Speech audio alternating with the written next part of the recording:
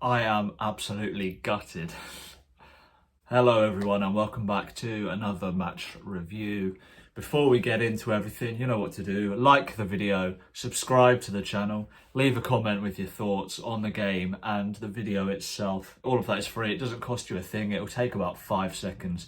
Just do me a favour, it'll really help me out. That was a really hard one to take, that I am absolutely gutted. We knew it was going to be a struggle before the game with the amount of players that we were to have unavailable. I wasn't expecting Raphinha to play a part in the game at all. Even if he was to be involved, I thought he would be on the bench and maybe Somerville would start. But considering all week he was just trying to recover from the knock he got against Newcastle, he smashed it and did well to last as long as he did in the game. The first half was so much better than what we'd seen previously in this season. It's more like what we wanted to see and more like what we knew from the last few seasons. But yet again, we had chances in the first half to kill the game off and we just didn't take those chances. We were on top that half, we really were. And just like the Newcastle game, should have killed it off in the first half. But as I said, we were playing some really nice stuff that first half. Rodrigo was looking so much better playing up front, instead of playing in the attacking mid role that we really don't want to see him play in again. Charlie Creswell is an absolute rock at the back. He is going to be a future Leeds legend, I can guarantee that. But the second half came and you could just tell that they were going to get back into the game somehow. Firpo really wasn't at it for me this game at all. He wasn't that great against Fulham as well, if I'm honest, watching that one live at the stadium. And I'm not just saying this because the deflected own goal that came off him.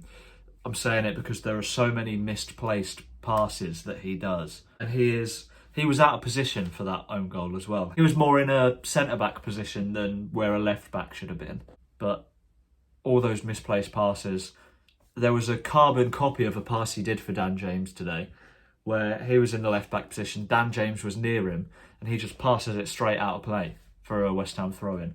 That exact thing happened against Fulham and it happened again today, and it just isn't good enough in the Premier League. I know he's rusty, I know he hasn't had much game time over the past 2 years, but he needed to hit the ground running in that left-back position because that is the position we desperately needed. And so far he hasn't, but I'm hoping that he'll come good the more he plays. But in the second half, we really just put pressure on ourselves. We didn't attack as much as we did in the first half. We sat back and let them come on to us, invited pressure on ourselves, and of course they were going to score. I'm just very angry after watching that game. We really did fall apart in the second half. We fell apart. And for a team that's meant to be one of the fittest in the league, a team that runs the most in the league, we looked absolutely knackered and lazy in that second half. I don't think Somerville had enough time to have an impact on the game when he came on. I feel like if he came on 5 or 10 minutes before, he'd have been able to run at the defence. But he was really just a reaction sub to them scoring the winner, realistically.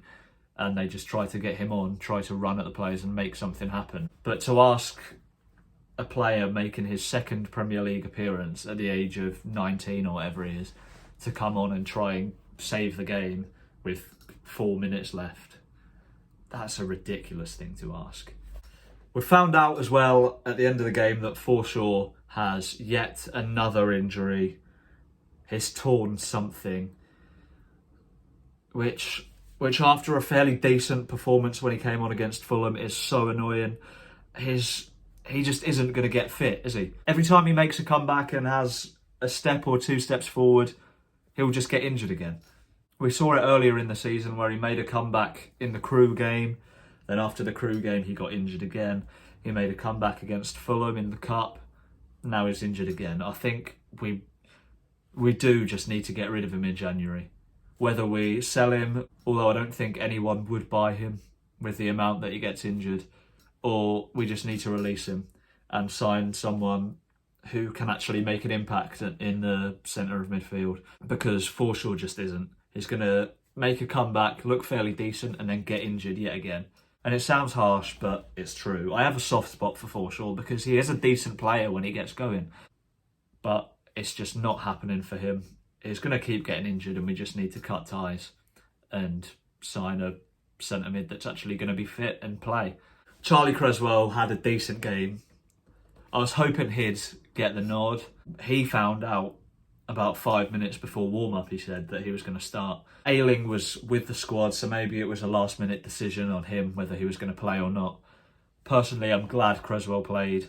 It was going to be tough for him always playing against Antonio, but he had a solid Premier League debut today.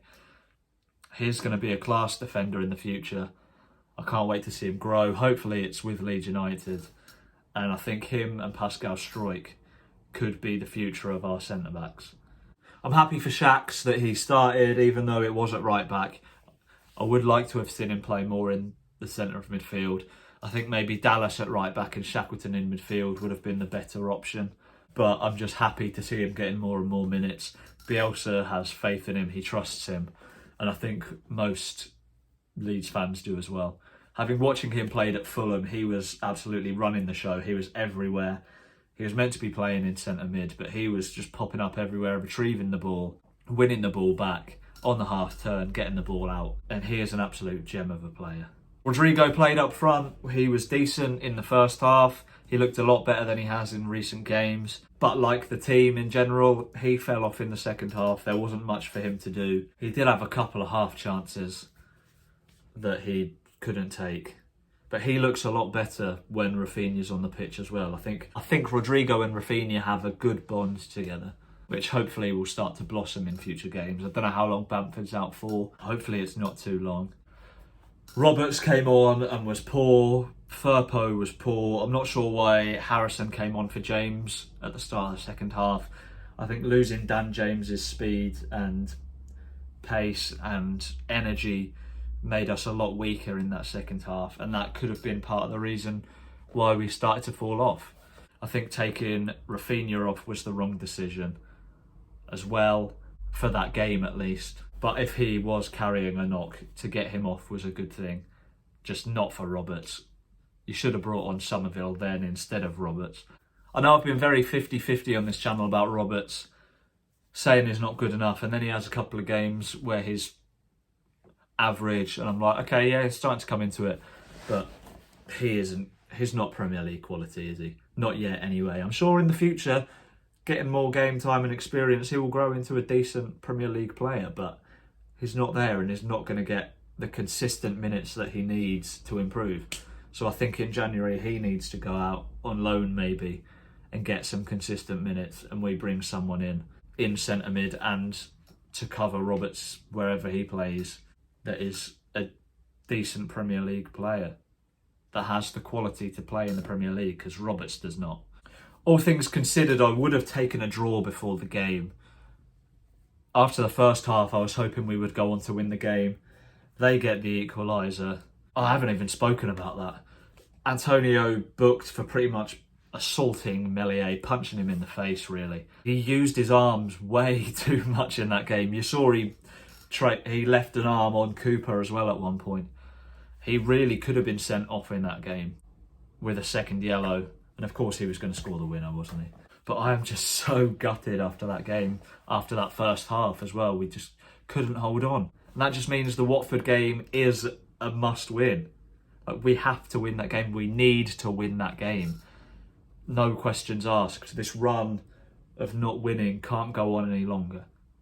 Because we've got Watford up next, which on paper we should be winning, but on paper we should be beating teams like Newcastle and Burnley.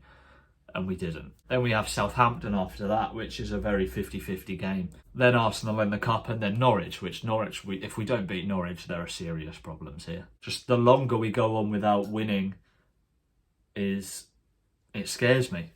It really does scare me. A point here would have been a decent result. West Ham are a decent team. They're in the Europa League. They're pushing on. They've done really well under Moyes. So a point against West Ham is a decent result.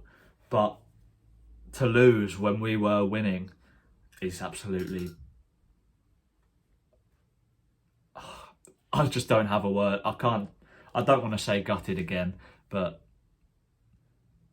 it's just not... It's not what we want to see.